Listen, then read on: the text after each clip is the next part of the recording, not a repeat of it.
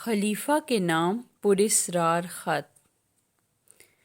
امام شیبی رحمۃ اللہ علیہ جب خلیفہ عبد المالک کے سفیر کی حیثیت سے قیصر روم کے دربار میں پہنچے تو ان سے مختلف موضوعات پر گفتگو کرنے کے بعد قیصر روم بہت متاثر ہوا۔ اس عیسائی بادشاہ نے مسلمانوں کے سفیر کو ایک وسیع النظر عالم دین، ایک نقطۂ رس ایست دان اور امت مسلمہ کا ایک خیرخواہ ترجمان پایا۔ اس پر قیصر روم نے پوچھا، کیا آپ شاہی خاندان سے ہیں؟ امام شیبی رحمۃ اللہ علیہ نے مختصر سا جواب دیا، نہیں، میں ایک عام عرب ہوں۔ بہت دنوں کے بعد جب امام شیبی رحمۃ اللہ علیہ واپس خلیفہ عبد المالک کے پاس جانے لگے تو قیصر روم نے انہیں خلیفہ کے نام چند خطوط دیے اور آخر میں ایک سفید لفافہ دیتے ہوئے کہا کہ آپ تمام خطوط پیش کر دیں تو آخری خط یہ دے دیجیے گا۔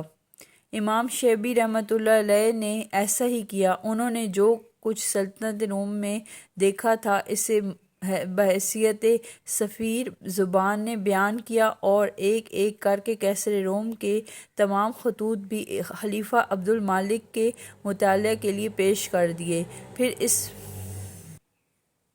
پھر اس بند لفافے کی باری آئی تو انہوں نے اسے بھی خلیفہ کے سامنے رکھ دیا۔ خلیفہ عبد المالک نے یہ آخری تحریر پڑھی تو کچھ دیر سوچتے رہے، پھر امام شیبی رحمۃ اللہ علیہ کی جانب دیکھا اور کہا، کیا آپ جانتے ہیں کہ اس خط میں کیا لکھا ہے؟ امام شیبی رحمۃ اللہ علیہ نے نفی میں جواب دیا۔ خلیفہ عبد المالک نے خط امام شیبی رحمۃ اللہ علیہ کے ہاتھ میں دے دیا، لیجئے، پڑھ لیجئے۔ امام شیبی رحمۃ اللہ علیہ نے پڑھا۔ وہ یہ دیکھ کر حیران رہ گئے کہ خط خود ان کے بارے میں ہی لکھا تھا۔ مجھے اس قوم پر حیرت ہے جس نے ایسے انسان کو چھوڑ کر ایک دوسرے شخص کو اپنا بادشاہ بنا رکھا ہے۔ امام شیبی رحمۃ اللہ علیہ نے کہا، شاید قیصر روم نے یہ بات اس لیے لکھی ہے کہ انہوں نے آپ کو نہیں دیکھا۔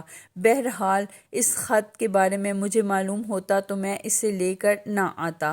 خلیفہ عبد المالک نے مسکراتے ہوئے کہا، آپ یہ بتائیں کہ کیا اس خط کے لکھنے کا مقصد سمجھ گئے ہیں؟ امام شیبی رحمۃ اللہ علیہ نے کہا، نہیں امیر المومنین۔